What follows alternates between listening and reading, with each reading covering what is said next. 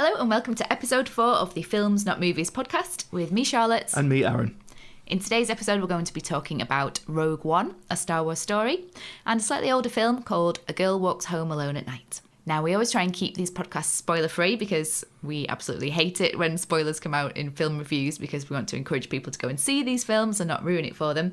But in the Star Wars Rogue One film, we feel like we really, really want to talk about it in more detail. So if you've already seen it, we will be doing a spoiler section, but we'll do that right at the end and we'll give you lots of warnings. So if you haven't seen it, you can stop listening at that point. Yes, and it won't interfere with the initial review that we'll do at the start of the episode, which we'll just cover in a non-spoiler way. Yep. Okay, so the first film we're going to talk about is, surprisingly, Rogue One, a Star Wars story, directed by Gareth Edwards, who previously has directed 2010 Monsters and 2014's Godzilla. Stars Felicity Jones as Jyn Erso and Diego Luna as Cassian Andor. There are plenty of other people in the film, but we'll get to their names as the discussion goes on. Yep, that's right. So this is not an official Star Wars film. Well, in the kind of... I mean, it's an official Star Wars It is, film. but it's not a episode. It's not a numbered episodic numbered thing. It's... But I think it almost could be. Yeah. Because it does run up, it fills that gap leading up until episode 4. Yes, correct. So we have both come out of watching the film really wanting to go and watch episode 4 because it literally flows right up until the start of that. Although, having said that, if you're not familiar with the whole backlog of Star Wars stories, I think you would still really enjoy this film without knowing it. So this is the story of a character called Jyn Erso, who played by Felicity Jones, who's the lead character in this. Mm-hmm. And it's her story of how she ends up with the rebellion and how they get hold of the Death Star plans. Yes, so as we mentioned before, that it's a build-up to episode 4, and I think it's, as you were saying before, you could almost start the story here, because even though there's the prequels that are set before this, if this was your first ever Star Wars film, there are lots of details and parts that relate to the other Star Wars films. But if you hadn't seen anything, I think this would also be a decent starting point, because I don't think it implies that you need to know all these characters, that you need to know all this lore or backstory or whatever. I feel like you could just sit down and think, right, here we go. Here are our characters. Let's follow them on their story. Do you agree with that? Yeah, definitely. And I think as a film in its own right, I loved the fact that I didn't really know what was going to happen in it at all. I felt like you didn't get that much from the trailer in terms of where it was going to go, the characters you're going to meet. And certainly at the beginning of the film, there's lots of different planets, lots of different characters, you're meeting all these different people in different settings, and it does really draw you in terms of, who are all these people and where is this going to go. Yeah, I was quite surprised how it sets the scene very quickly. As you said, there's lots of different planets and stuff, but even as quite a big Star Wars fan, I didn't really recognise the names of them, so even though that, I felt like that stuff could have been a bit overwhelming, like, oh my god, I need to know all this stuff, but it's introduced in a very much, kind of world-building kind of way, which, if you really want to pay attention to those details, they're there. But if you just want to be like, okay, they've just moved to a new location and this is it, then I think that flows quite nicely.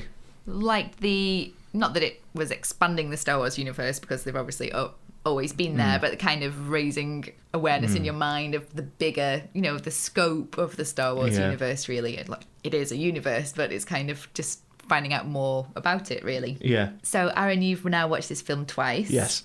You went to see it when it first came out on the Thursday. Correct. In massive IMAX. Yeah, so I saw it in IMAX 3D on Thursday night, and we've just got back from seeing it again this weekend, just in 2D.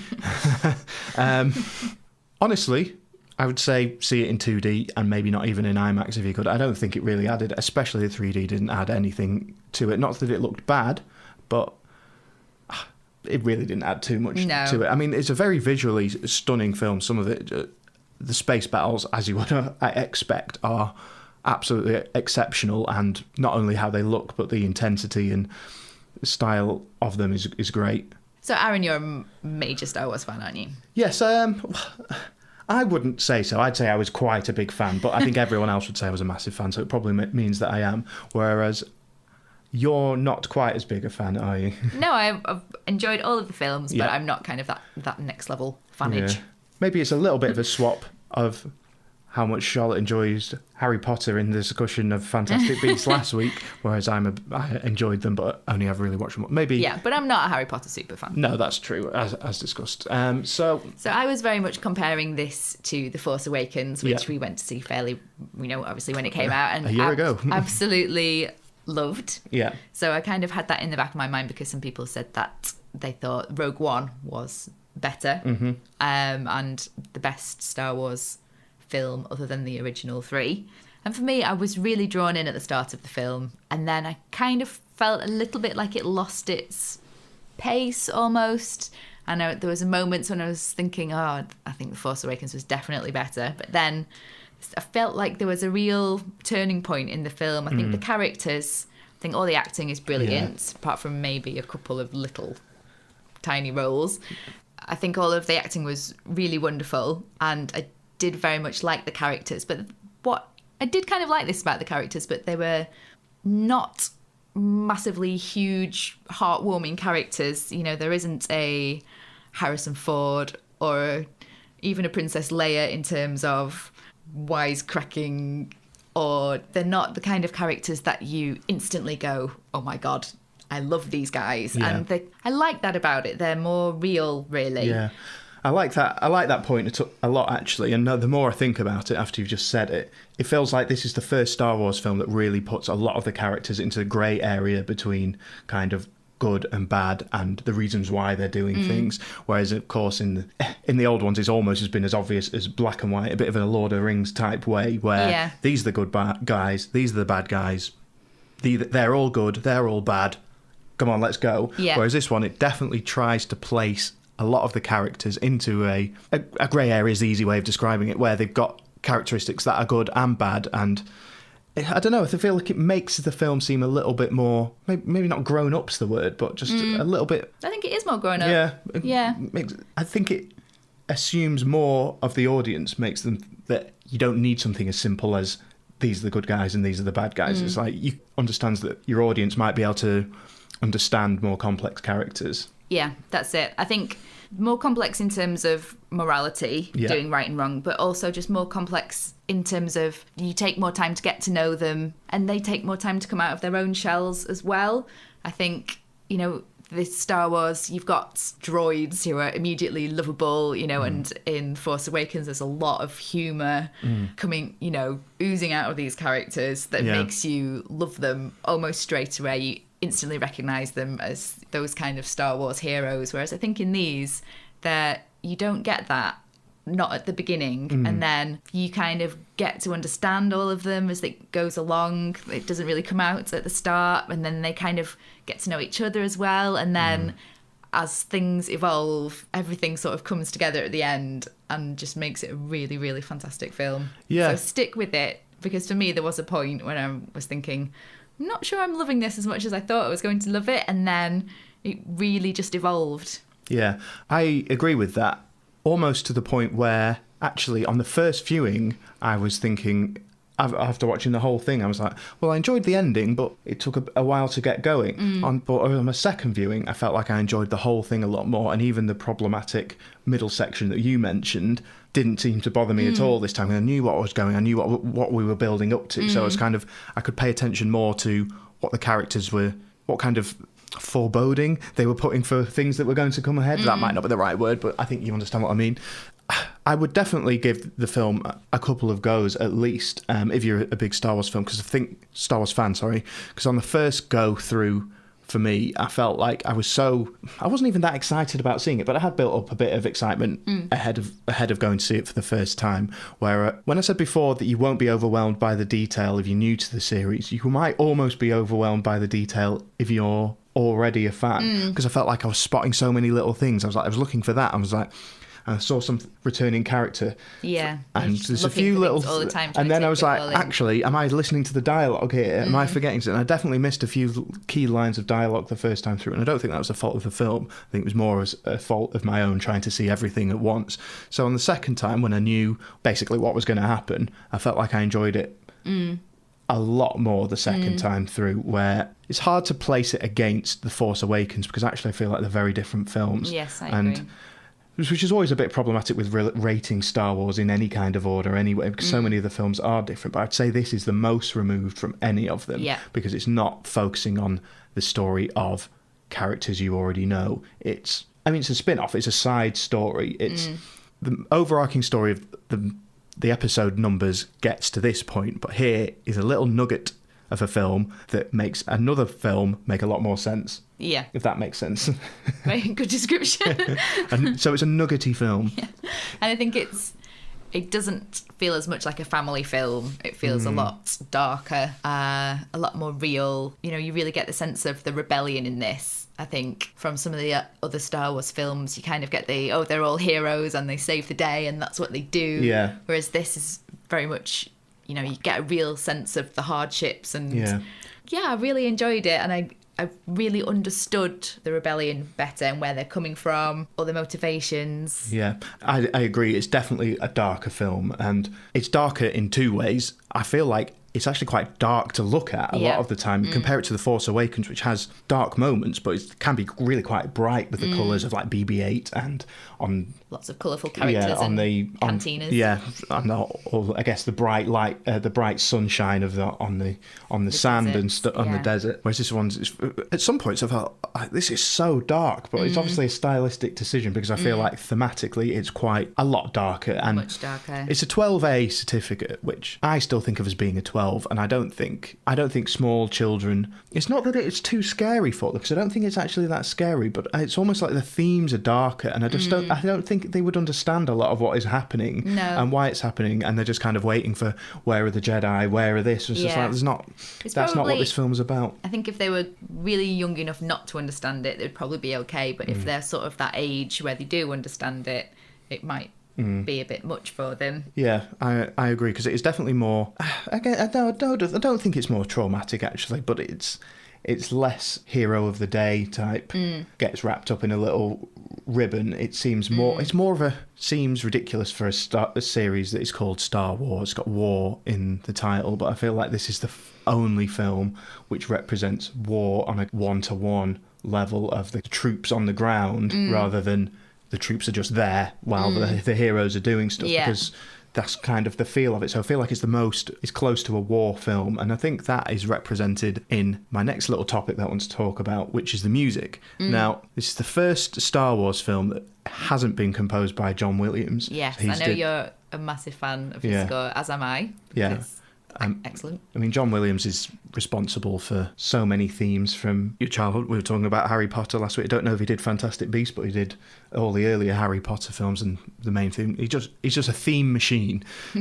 So the move away from composer John Williams to Michael Giacchino, which I hope I'm not butchering, but you'll know by now that that's one of my trademarks, is butchering names on this. He interestingly previously did the music for the first two of the recent Star Trek films. So there seems to be a lot of overlap. There's the overlap of the director of The Force Awakens into this, and now overlap of the music. And he's also done a lot of the more recent Disney films, so I think he might be a bit of a Disney payroll artist at this point. I think he did Inside Out and things like that, and Up. Yes, he did Up as well. It's an interesting score for me because it keeps a lot of the feel, at least, of the original Star Wars films. A lot of the strings. It almost seems like he's been coached by John Williams every step of the way. And I think in some points the score kind of falls into a bit of like someone trying to recreate it, like a bit of a sound alike, which isn't great. But on the second listen, I thought some of the themes that his original themes came through a lot better. And I think the kind of inversions that it does on the main Star Wars theme is really interesting. The reason I mention it now after mentioning the war theme is that it actually builds into quite a marching band style military theme to a lot. Military style, where it almost seems like a rousing kind of military banner. I don't think it's the same composer, but it almost reminded me of the bits of music that you get in the Hunger Games when they say the names of everyone who's died, and it's kind of all hands on heart type stuff. The themes sound much more like that, which I think fits really well for this film, but I think it might also be his style, because I think especially the first Star Trek film, maybe not so much with Star Trek Into Darkness, had definitely, for me, had that feel anyway, because they were very much like the red, white and blue USS Enterprise, good and righteous. So, yeah, that's what I've got to say about the music. I don't know if you have got any thoughts. Well, for me, I've only seen it the once, and I actually felt like I was not missing the big Star Wars theme, but missing stronger themes. I feel like brand new themes were introduced in Force Awakens, and they were brilliant. And I feel like this just didn't quite have enough recognisable, hooky themes in it for me. I felt there were glimmers of it. Maybe it will come when I'm more familiar with it, but I felt like it wasn't as strong in that department. And even the bits that were trying to be as Star Warsy as possible, I didn't feel like they had the right punch in the production. I don't know if production is the right word, but I didn't feel like they had the impact of even the recordings aside from the notes. I mean, that's exactly how I felt after the first listen or the first viewing of the film. It was only slightly improved by me noticing those themes a bit stronger the second time. And I think you're right, but I think the reason why they don't seem that strong, the hooky bits that you have heard, is the few bits of themes that I do think are quite strong are very underused. They're used maybe 3 times in the whole film. I wanted more of that. Whereas there was a couple of moments in the film I was like, this should really be kicking in now, and you'd really get behind it. But maybe I don't know what the reasoning behind that was. Represents how the film works in a way, a bit like what we were talking about. It's not disjointed, but like we were saying, it does come together at the end. So I can understand that you haven't got a big swelling hero theme throughout, because they're not swelling heroes at the beginning. Yeah. But I would have liked more at the end, a bit stronger. Yeah. So let's talk about some more of the performances, because there's a lot of good actors in this. Now, it's not so many huge names. You're not going to get Tom Cruise coming at you, but there's certainly people who are either upcoming or they've been in a few bigger films, but not the main stars in them. Or shows, as in the case of Mads Mikkelsen. As you've mentioned, Mads Mikkelsen, him and particularly Ben Mendelsohn bring, I think, 2 of the stronger performances. Ben Mendelsohn almost plays a bit of a middle manager, kind of a bit wants to climb the ladder of kind of imperial power structure, kind of wants to be the next. I mean, talking about the morality and the good versus evil, there's a lot, whilst there is darkness in the good characters, the baddies are proper good baddies, aren't they? I think that's fair to say. And he plays a guy called Krennic, who is pretty, you love to hate him, don't you? Yeah. And all of the dark side are like that, really. Yeah, I mean, you do love to hate him, but I actually do feel quite a lot of sympathy for him during the film, where he's kind of undermined by the people above him. I'm taking it a bit far for feeling a bit sorry for him, but I do a bit, and I think that's the kind of thing that they've never really... They touched on it a bit in The Force Awakens, actually, when there's a bit of squabbling between Kylo Ren and the officer, played by Donald Gleeson. I can't quite remember his name now. So I think he brings a real strong performance, even if he's a bit characteristically weaker than the super hard bad guys that you're used to with Star Wars. I think that makes his character more interesting, that he does have a bit of a slimy side to him. Whereas Mads Mikkelsen is an absolutely fascinating character, wouldn't you say? Yeah, he's fantastic in it, I think, and gives a very heartfelt performance. There were parts that really tugged on my heartstrings, actually, with him. Mads Mikkelsen plays Galen Erso, who is Jin's father, and his performance is just fantastic. He was really well cast, I think, and again, he's one of those characters where there's good and bad at play. Yeah, definitely. But in his role as father, I think he really brings that to life. Really heartfelt, actually, and really moved me at times. I thought he was...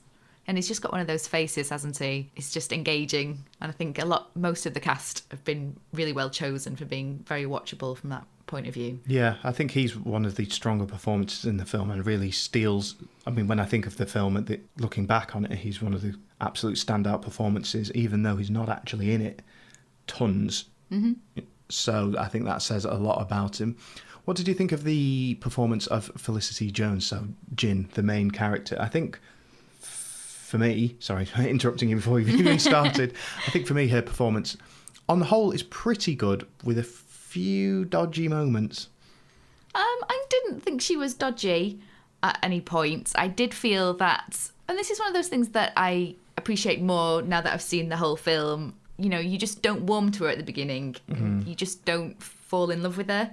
But that is her character. Yeah. And it just comes out more and more and you like her more and more. Yeah, I quite like that description, because I think you always kind of want to root for the main characters straight from the off, so they're making you think about it a bit more in this one, I think, even though it might seem the first time it's just like, well, we don't care about it. It's like, oh, actually, they're making you work at the character a bit more real. The characters are colder, so it's not, I didn't think that they were bad acting performances. No. They're just playing characters that don't give out as much. Yeah, and I think in those moments where she is doing the colder kind of a bit standoffy stuff, that is the stronger moments. It's when it's the more rousing kind of speechy bits that I think fall a bit flat for me with her performance. I didn't feel that. I liked her in it. Oh, that's good then. Maybe it's just me overanalyzing. And I think the cast is very strong as a whole, and I really like the sort of the mixture of people that they had.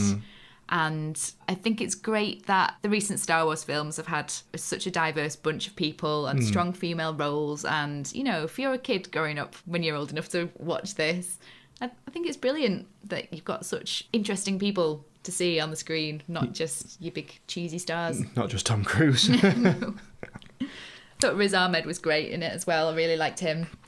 Yes, he plays quite an integral character to the storyline. And from the first viewing, I actually didn't enjoy his performance. I thought I did, because I'm a big fan of him. He was in Nightcrawler, which I thought he played a very cool character in that. Well, a very interesting character in that. And he was also in Four Lions, which I think he's came to a lot of people's attention in that. So I was quite excited to see him in this. In the first viewing, I don't know if I missed part of the character building for him. I kind of thought, I wanted a bit more from him. But in the second viewing, I was like, oh no, I understand his performance a lot better here. Again, somehow I managed to miss a lot of the film the first time through. But on the second viewing, yeah, you pick up on a lot of these performances a lot more, or if you shall, you pick up on them first time. And that's even with a hangover. Okay. Anything else you want to discuss? I don't think so. Not until we get to the spoiler section. Yeah, so at the end we'll discuss, as we mentioned before, what actually happened. So really don't listen to that if you've not seen it, because it's going to wreck it. But we'll put a honk or something that puts you off if you are just drifting through it. But for now, I guess we'll give our review scores. Yes. So, you first. I really enjoyed this film, and I would really like to watch it again. And I'm going to give it 4 out of 5. Go and see it. And yeah, okay. I like it, 4 out of 5. So, for me, I think if I'd had to give it a rating after the first viewing, it would have been lower. But after a second, I feel like it's actually quite a strong entry into the Star Wars universe, if that's what we're calling it now. So I will also give it 4 stars. Maybe as time tells, I hope as time tells it'll actually be lower down the list, because I hope the ones that come will get bigger and better every single time. But as feeling quite a tough role, which is the first spin-off story, which we'll get used to. Next one's going to be the Han Solo one. I don't know if the other ones had been announced. They're going to be coming every other year to the episode releases. We'll get more used to there being Star Wars spin-offs. But the first one was quite a tricky thing to kind of, no, this is still Star Wars, but not Star Wars as you know it. It's kind of, we're over here, the main story's over here, we're here. So it's quite a tricky place that it's found itself, and where they've had to build the story from. So yeah, maybe as time goes on it'll fall to a 3, but I think for the pure enjoyment of the last hour alone, it's 4-star goodness for me. So yeah, 4 stars. Brilliant. The second film we're going to talk about is A Girl Walks Home Alone at Night, which is a film from 2014 directed by Anna Lily Amirpour and stars Sheila Vand and Arash Marandi. Now, we watched this film not at the cinema because it's been out a couple of years, but it's one that's been on our list to watch for a while, and we thought, let's give it a go. Yeah. So, what's it about? Well, it's an unusual tale, really. It's a vampire story, and it's a love story, and it's set in Iran. It's completely in black and white. It's very, very simple story, but wonderful.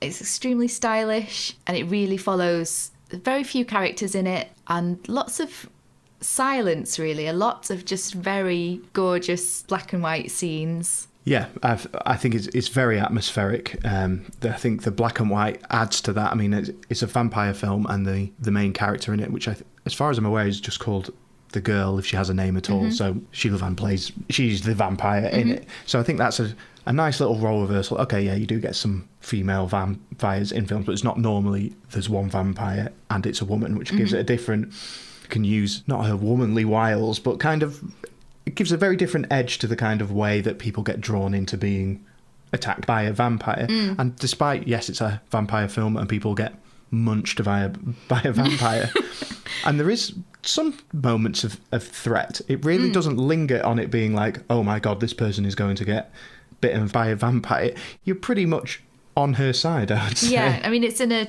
modern day setting in Iran, so it's very different from a lot of vampire films, and it's really hard to place it in terms of genre, really. I mean, it's sort of almost an indie romance. Yeah, I mean, with moments of horror. Yeah, and it's like a Western as well. I mean, I don't think you completely agree with this, but the kind of the settings, the kind of the shots, the long lingering shots, okay, you don't get many Westerns in cars, but essentially cars seem to replace the horses, the horses, and the way that I see what you mean. The way that cars are kind of treated almost as currency and status symbols. And and the standoff moments. There's a lot of characters stood at one end of the street and looking at someone at the other end of the street. It almost reminded me of a Western as any other genre. Yeah. You know, what I loved about this film is that it's sort of got some quite seedy characters and seedy places, but it is beautiful to look at.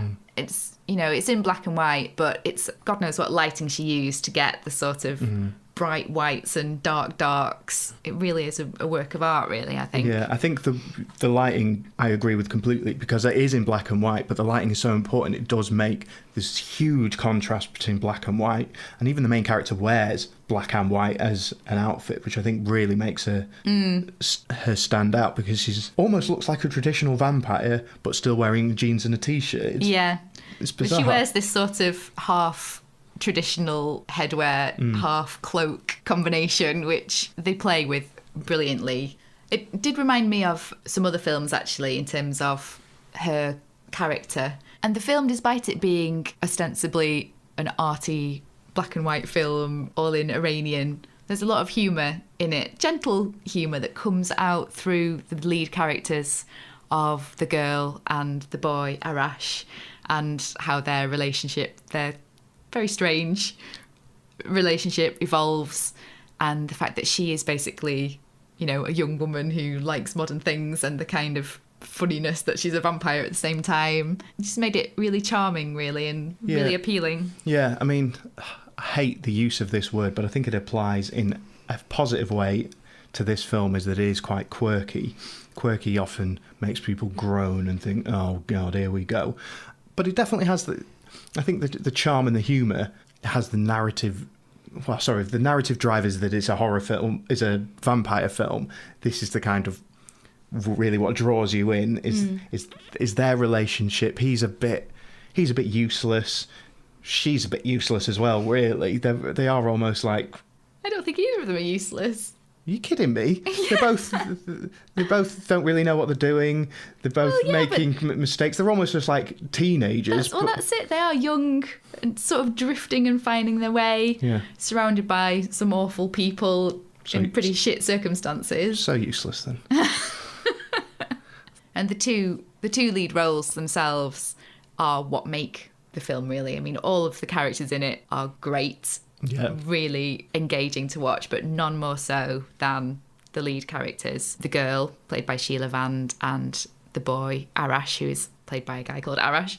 You could watch them all day. They've got the most bewitching faces and amazing eyes that you could... This film, because there's not tons of plot, there's long shots, some really bold shots. And some of it almost feels like a music video sometimes. Yeah. There's one scene that must be a couple of minutes that's just the two of them together, not saying anything at all. But it holds you all the way through. Yeah, I think they've got really interesting chemistry together, which is why I think those long shots where they are just spending time together in a room, not really speaking, as you said, work so well, is because you can tell that there's a real connection between them, even if they're not sure themselves what the connection is. It's all in their faces. It's in their faces, and then just have a weird awkwardness around each other, but also seem kind of comfortable, where she's obviously a vampire, but she seems to be quite drawn to coming back to him instead of, well, eating him. Because neither of them really fit in for different reasons.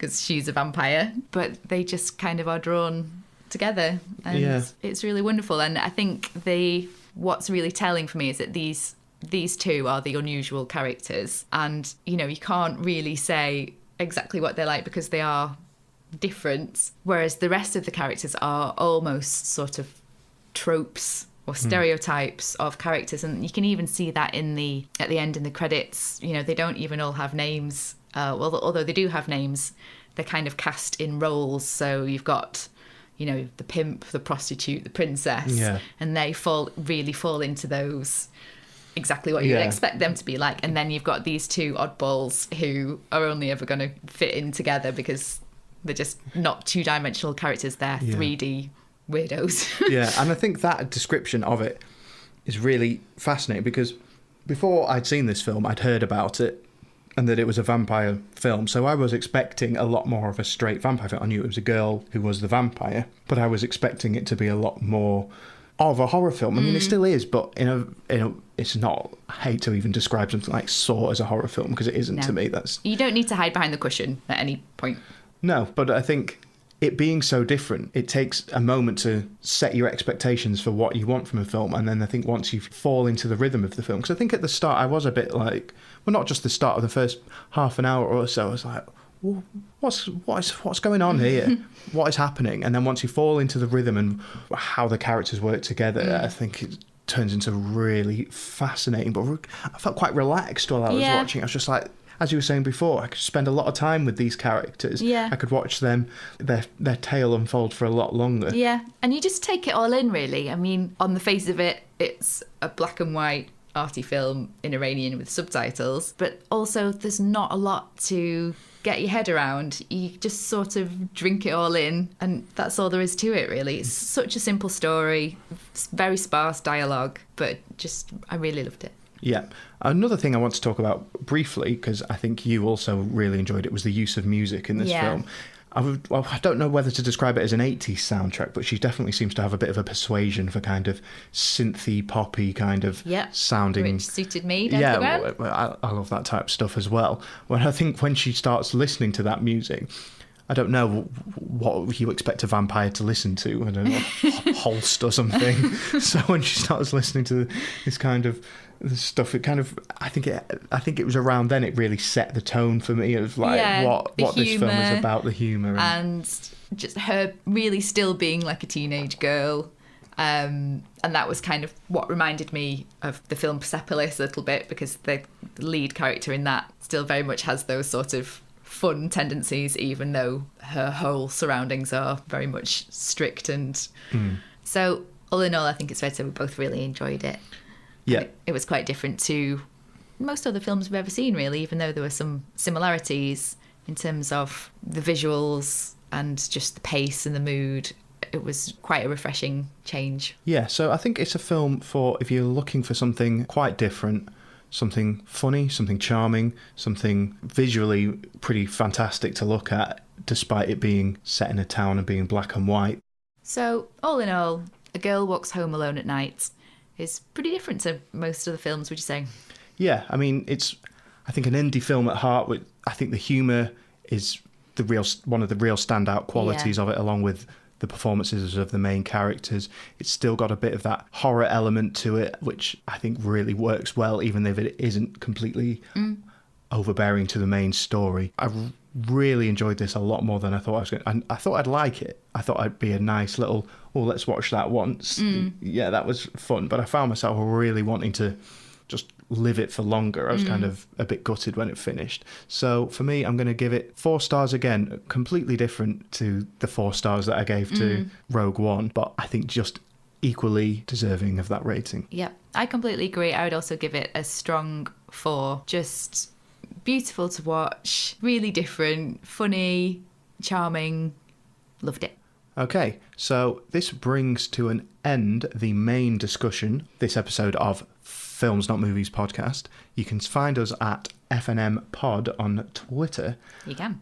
And now, if you have not seen Rogue One, this is your spoiler klaxon. Awooga! That was a bit agaboosy. Yeah. I will take that out so it doesn't matter, and I will replace it with a high-quality klaxon, which you will hear now. Okay, so let's talk Rogue One, a Star Wars story. This is going to be a bit more of a light discussion, a bit conversational, a bit more conversational, should I say, of some of the things that I really want to discuss about the film. So, yes. Here we go. Yeah, so I think earlier on we were talking about how it might not be suitable for very young children because there are a number of deaths in it. Yeah, I mean, it's the first Star Wars film where everyone dies, so I hope you're not listening if you've not seen it yet, because these are the spoilers. But I guess it had to end that way because none of these characters are in A New Hope. No. And they would have to be. Yes, and there came a certain point in the film for me where the fight scene, the end battle, was just brilliant. I mean, for me, I was so fully engaged at that point. I was absolutely loving it. And there was just a point when I started to think, okay, so this is really where it joins up with the start of episode 4. None of these guys are in episode 4. You know, they're getting picked off one by one. There's a reason they're not in it. And then I started to just feel really like, oh no, sort of that kind of inevitability of what's going to happen. But that kind of made it really intensify the end, because you sort of felt like you had to really enjoy these characters while you had them, because they weren't going to be around for that much longer. Yeah, I mean, even on the first viewing, I was watching it, I was still thinking, oh, well, some of them are going to survive, aren't they? I was like, and then it just dawned on me, as it did with you. It's just like, of course they're not going to survive because they're not in A New Hope. And I found it really interesting how they based a whole film off basically one sentence that Mon Mothma says in A New Hope, which is a lot of good people, a lot of good rebels died to get these plans. And so this is that story from that, basically that one, like, these obviously are those rebels. These are those rebels, and this is how they all died to get these Death Star plans on this one little disc. Yeah. And all the trials and tribulations that it goes through. And I think that's really fascinating. And just on a little off to that, the woman who plays Mon Mothma in this, I think her name is Guinevere O'Connor. I might have forgotten that because I've not got it written down. Looks so much like Mon Mothma from the old films. It's unbelievable. And I think she did actually play Mon Mothma in Attack of the Clones, which came out in 2005. But she was either cut out completely or had a very small role in it. So I think it's interesting how they kept the same actress in mind to come back and play her, because she looks so much like the original Mon Mothma. It's unbelievable. Now, talking of returning characters, Grand Moff Tarkin makes a bit of a surprise return, as he still seems to be being played by Peter Cushing, or is he? Yes, well, when I was watching it, I really felt that he was computer generated, but I could not be sure about it because a lot of his scenes are quite dark lighting, and he's got quite a craggy face anyway, and he, you know, that sort of evil, demented face. And I wasn't sure whether he was just doing a really full-on performance or whether it was CG. Yeah. And then at the end, you told me that it was. Yeah, I mean, I knew it was CG because Peter Cushing's dead, and it was... Sorry, it's not funny that Peter Cushing is dead. And he was an old man 40 years ago when the first films came out. He would be bloody old now. He wouldn't be looking that good anyway. And I thought, because I knew it straight away, I felt like he did look a bit rubbery. But I felt like they tried their best, as you said, with the lighting of he had a lot of scenes with Ben Mendelsohn, and they tried to make him look more rubbery so that it made... Evil rubbery dudes. Yeah. I think he still falls into the uncanny valley a bit. A little bit. Some with the mouth movements and stuff. I think it's very close to being hard to spot, but I think in 5-10 years' time we'll look back on this film and think that CG looks ropey, especially with the other CG character, which is a very short cameo by Princess Leia at the end, who looks like some weird doll. Very bizarre. Yeah. In fairness, that bit was sort of in the bright light of her ship, so it was quite a different... Yeah, and I guess it's because everyone knows... job to make that look real. Everyone knows for absolute fact that she doesn't look like that anymore. We've just seen her in The Force Awakens. Yeah, she doesn't you can't look like reverse that anymore. time. Whereas Peter Cushing's a bit less on people's radar. Yeah. Because certainly the first person I went to go and see it with had the same thoughts with you about him, and they weren't sure either. And I was like, of course they are. But then if they've you thought you weren't sure, they weren't sure. It's like, oh, maybe they have done a decent job with it. What I thought was the case with that was that they'd found somebody that looked quite like him, done some CG to just improve it a bit rather than completely recreate the whole thing. Yeah, I mean, someone may have been doing the movements and they added the face on afterwards. But I think if it doesn't hold up to the test of time, this is something that could reflect on the film quite poorly in the future, because I don't think his appearance in the film is entirely necessary to the plot. Okay, it's nice to see him. He's quite prominent in episode 4.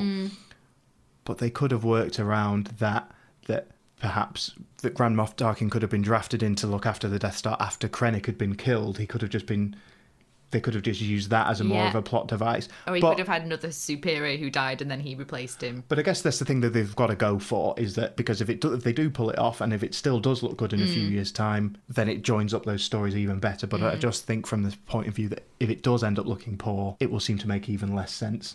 I thought it was good, but it was detectable. So and that's the aim, isn't it? That you can't even tell. And I don't think they quite pulled that off. Yeah. The Princess Leia one was thankfully very brief. And I did wonder whether they were just going to show, because when he first pans to her, you just see the back of her white cloaked head, don't you? And I was like, they'll just do that. And then I was like, oh no. They should have just left it at that. I don't think anyone would have mistaken, unless you don't know Star Wars at all, but then it doesn't even really matter.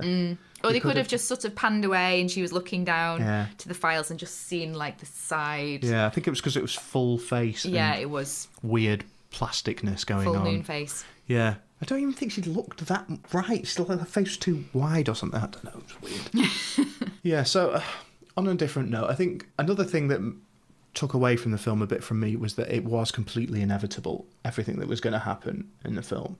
Because they get the plans. And if you know Star Wars, they're going to die. And yeah, okay, because you do invest in the characters, you kind of want to know what happens to them. And it's sad when they die, especially some of the deaths. The Donnie Yen character who plays the samurai style, not samurai style. The temple keeper. The temple keeper who looks after the crystals. I forget the name of the crystals.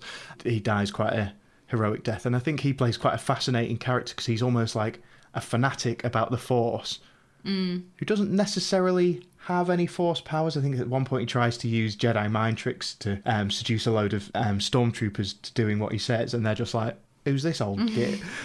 But he so believes in it and he's saying the words and stuff. He is like a fanatic because there are no Jedi anymore apart from Obi-Wan, who is a complete exile. No one knows where he is purposefully. So he's kind of trying to keep this ancient thought. I was quite upset when he died, actually. Yeah, well, that's what I mean, because his death was quite traumatic because he plays such an integral part and he is almost the Yoda light or the Obi-Wan light with his words of wisdom. It's the closest to having a lightsaber that he could have. It's basically a stick they smack people around with in quite a lightsaber style way. It's almost he dreams of a time that he would have been a Jedi, but because they don't really exist anymore, he can't be. So I think his death and his sidekick are particularly sad. And well, I think the saddest one for me was actually the droid K2SO. I don't know if they should keep doing this, make all the droids' names so similar, because it does make it seem like a bit of a parody. But I think his death was the one that affected me the most because he is such a different style of droid for the series, where they're normally like a little maintenance droid or translator as C-3PO is, but whereas he's basically a war machine droid who's been reprogrammed. He's got some good one-liners and even sounds a bit like C-3PO throughout the way, but he can just absolutely clobber someone out if he needs to.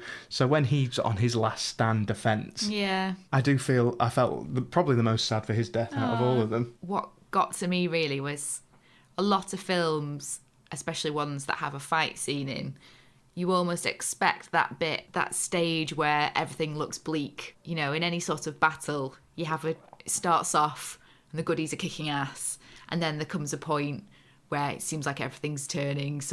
One key person has died and everything, things are looking bleak for our heroes. And then something comes happen, Gandalf comes down the mountain or the ghosts come out of the tunnel or whatever the ghosts come. What I mean? The ghost comes out. How do the ghosts ride? The dead army appears and then it turns. Whereas in this one, a key person dies and then more key people dies.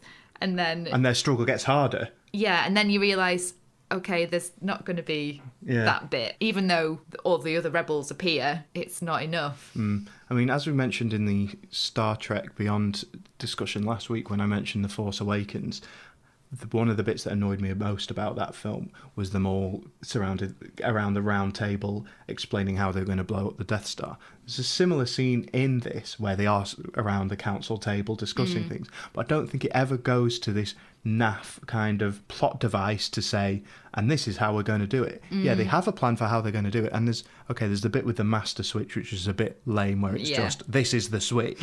But I think how they get to that point, they've got to get the data tapes, but they've got to transmit the data, which takes ages, so they've got to break the shield. They always all seem quite real ways that they have to do, and quite annoying little struggles that you would have to do. And it's just like, I've got to do this.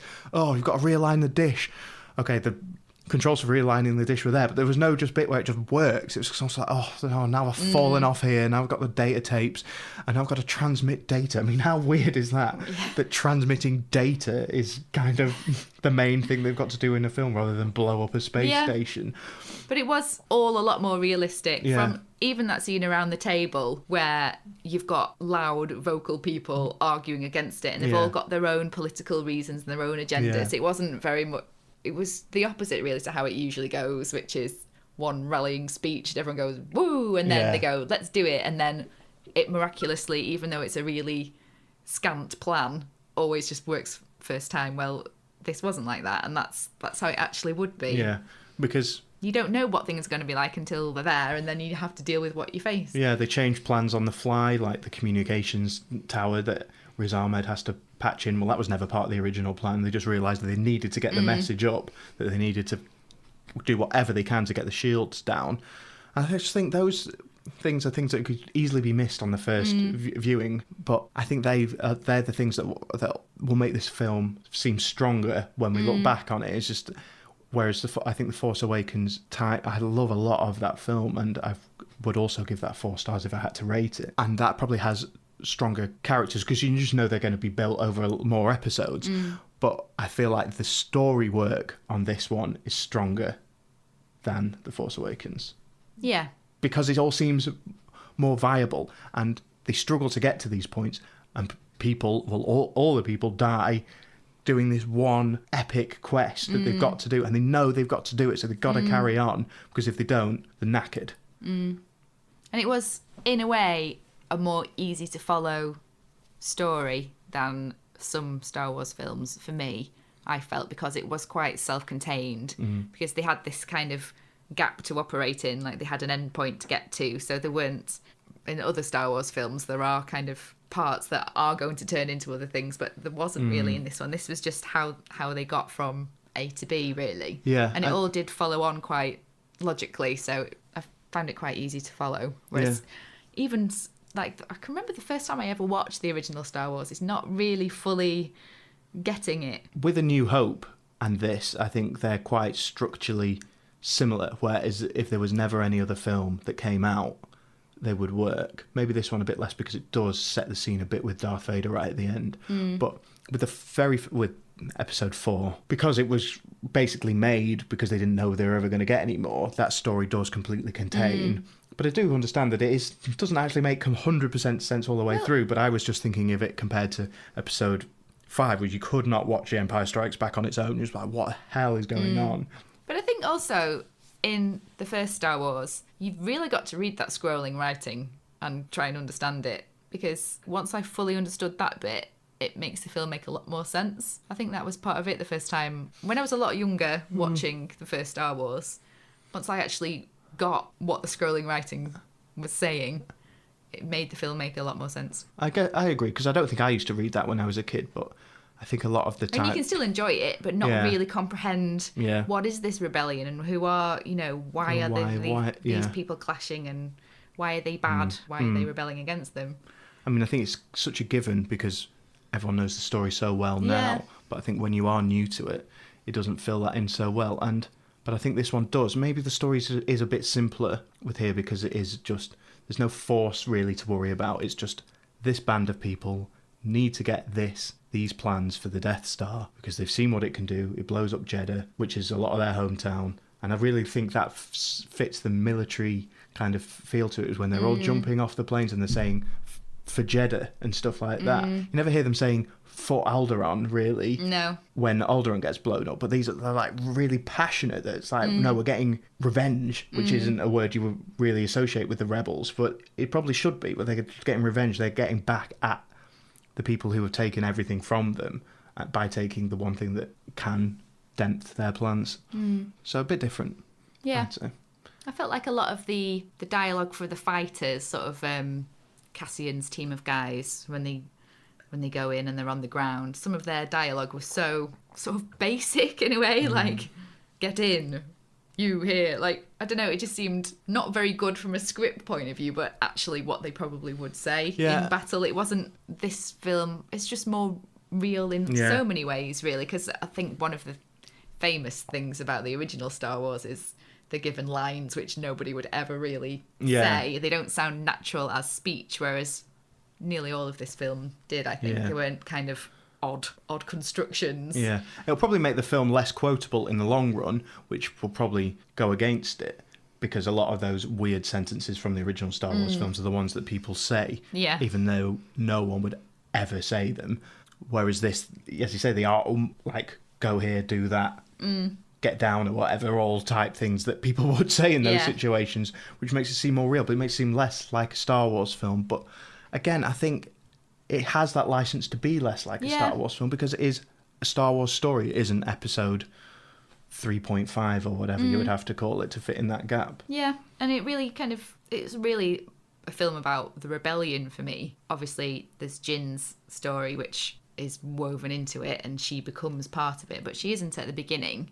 But I just feel you really understand their motivation, how they operate, how they're hanging by a thread all the time. You know, all their work can be just undone, and they'll just do whatever it takes to get things done, even if it's sort of scrappy and, you know, just using what they've got. And it's, I just thought it was good. More convincing. Yeah, I think the lack of force, apart from the bits that Donnie Yen's character uses, and then obviously Darth Vader has a few cool moments. And I do like that Darth Vader wasn't overused in this film. I think he appears just about the right amount to make you think you've not been shortchanged thinking he's going to be in it, but also plays a few really pivotal moments and really nice scenes for him where he's badass. Yeah, when he's strangling Krennic for being a little whiny so-and-so, and then when he just goes full beast mode at the end, just slaughtering rebel soldiers. That scene was so cool when they've got that file and it's literally just going from hand to hand and people are dying, and I was just thinking, oh God, they've gone through all of this, and then what if it just like doesn't get through the door and just doesn't get to where it needs to be. It was really cool. Yeah, I thought that's. I mean, it's been so long since we've had a proper Darth Vader scene. I mean, you could almost argue that we've never really had one of him as Darth Vader, just full prime. Yeah, just cutting through enemies like cheese. Really good from that point of view. Yeah. So, is there anything else? I feel like I just want to say that this film was much more emotional, much more moving than I thought it was going to be. But at the same time, they didn't milk it too much. You know, the things that happened, you know, some scenes were kind of intended to move you with the music. Like the scene we were talking about with the Temple Keeper and his death, that was set to be extremely powerful in terms of making you literally want to cry.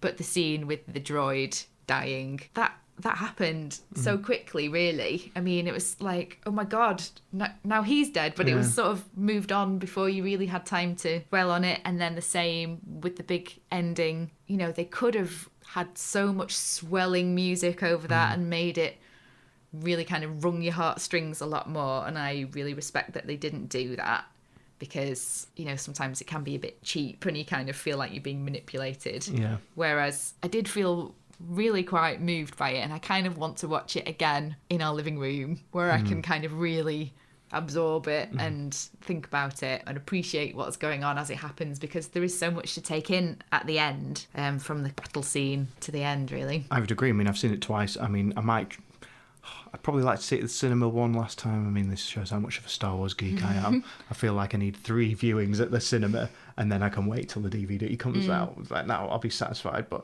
I'm really glad I went to go and see it a second time quite quickly after the first time, because I've just, didn't love it on the first viewing. I still don't know if I love it, but I feel like it's a very solid addition to the Star Wars canon, where it fits in a nice gap. They've done nice things with the story. I've heard some people describe it as, there's been some critics of the film, and maybe in the long run it won't be one of the highest regarded Star Wars films, which I'm fine with, because I think it is fitting a very important role. Some people have said that it's unnecessary, but just because it's not 100% necessary, you could watch the Star Wars saga. You already know you can watch it past that point without that bit. I feel like there's plenty in there which is much more important than some of the tosh that's going on in the prequel trilogy. I mean, we already know that there's a cut that you can have of that, which basically misses out episode 1 and 2, and you don't miss anything. So the critics that say that it's unnecessary, I mean, I think they're missing the point a bit. Yeah, because I disagree. I feel like it adds so much weight to episodes 4, 5 and 6, because you know what people have gone through to get there. Yeah, I agree. And it just makes it all make so much more sense. Yeah. So it's kind of like appendix, is that the right word? It's kind of like this. It's almost like further reading. Yeah. But pre-reading. Like, because it is a prequel. It seems weird because it's a sequel to the prequels, but a prequel to the sequels. Yeah.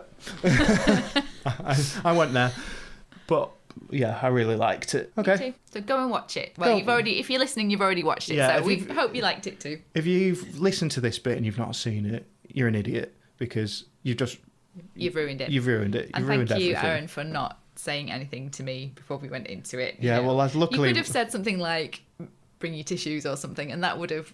Because I didn't really realise until fairly far in what was going to happen, and even then I didn't know that Jin and Cassian weren't going to get swooped up off the beach at the last minute. I'm really glad that I didn't know that at time of watching, because it would have wrecked it. I helped kind of tame your expectations a bit before seeing it, because I didn't like it as much the first time as the second time. So I didn't come back just like saying, it's the best Star Wars film. Da, da, da, da, da, da. I wasn't like that, whereas I felt a bit more like that after watching it a second time. So it's good. Yeah, and let's just hope that they're all going to be as good, really. Yeah, I mean... Let's hope they can keep it up. One a year, will we get Star Wars fatigue? I thought we might already by this one. Timing-wise, I still feel like Force Awakens is quite new, but at the same time, I wasn't complaining at another one coming. I don't think I'll be annoyed by another numbered one next year, but maybe the year after that I'll be starting to think, a bit like superhero films have got. I mean, they're more than one a year, but you know what I mean? They're just a bit kind of, I'm sick to death of superhero films. Will I get to like that with Star Wars? I hope not. I hope they don't just churn them out one a year till the end of time, because then I will get sick of them. But there's a lot of scope, though, isn't there? It's not like with superhero films; they are pretty formulaic. Yeah, but it's not that I think they'll be formulaic. It's just Star Wars for me has a certain level of excitement. It's just like, yes, we're back. We're finally back with the Star Wars guys. Where are we going now? Whereas if it's just like, yeah, all right, it's just like the next episode. It's like next week. So I hope it doesn't lose that. I mean, if they keep the quality up, it's not going to lose it. No. But, you know, there's the big gaps leading up to the prequels. I was excited for them. I really enjoyed episode 1, especially when I was at the time. But, I mean, what year did that come out? 99. So I was, 10, 11? It was probably the perfect audience for that. As time's gone on, we can't look back on them very, very well. And then, obviously, I was far too young to see the first films when they first came out. So I grew up liking them. So up until The Force Awakens, it's almost like that was the next one to come out. So that seemed like a huge wait. So there was all this excitement ready for Star Wars. I just hope that doesn't get lost. Same. So thanks for listening. Yes, thanks for listening. That was episode 4, bumper edition. We'll see you next time. Bye. Goodbye.